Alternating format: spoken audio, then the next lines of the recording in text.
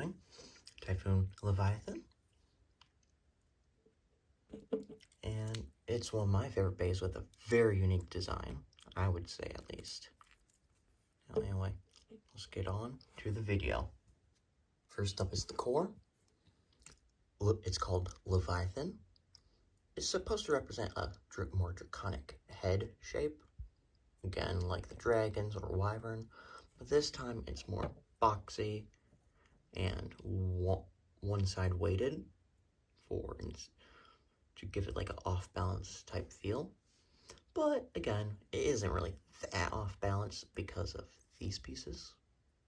These wedges, whatever you want to call them. I can see these as either representing the fins or just dark water around him. But I like it anyway. He does have one spirit tooth, which the spirit tooth system and discs and all that is being slightly changed. Not a big change, just a slight change to make it more useful. But for this Beyblade specifically, it doesn't really matter because the layer is a layer disc combination. This layer / disc combination is called Typhoon. It has this tooth which can act like a bound gimmick. I don't really like counting it as that, but you can if you want. The rest of this side, at least, is a rubber contact point, which is supposed to act as like the hide of the Leviathan. But also, it just mostly serves as equalization against left spin base. But this side is the side I really am glad about. As you can see, the overlayer design really helps out with the insane upper attack that this layer has. As you can see, it's made of tube slopes, these bricks with studs on the sides of them, this 1x1 round, and these 2x1 cheese slopes, and this tooth piece. This all comes together to help with pretty powerful upper attack.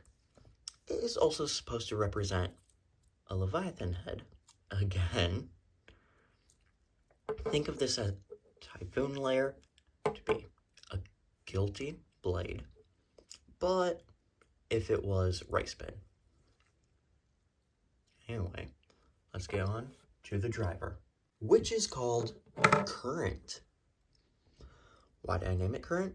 Well, it fits in with the theme of the bay, but it also has a pretty cool rubber piece with a flat, then a rubber piece that it grips onto this, that the rubber grips onto the stadium when it's tilted or it's going on the ridge to give it like a extra current boost.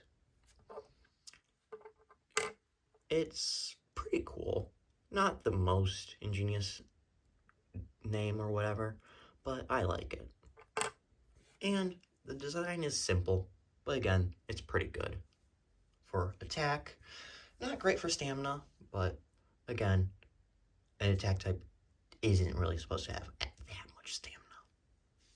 Anyway, so the full combo is Leviathan, Typhoon, and Current. It goes together all like this. And as you can see, because of the disc layer combination, this doesn't really work or connect, but on other Beyblades it does. Don't worry. Okay, well there he is, Typhoon Leviathan. The next thing I wanted to show was the new layer design I was talking about. That has the cores have a little bit more use with the burst resistance and teeth. It's better designed on flame, sorry. As you can see, the actual flame layer base doesn't have any studs. that is so that the disc, which has these prongs now, are directed to go on a certain side instead of the other, and to also make it to where this doesn't actually connect to the layer, but to the core, kind of represented in this burst saga of Beyblade. And it will connect like that. Now it's easier to burst, and yeah, I think this is a much cleaner design. There are problems for Quetzalcoatl, since it does have these, and these need to be on this layer. And they can't really have,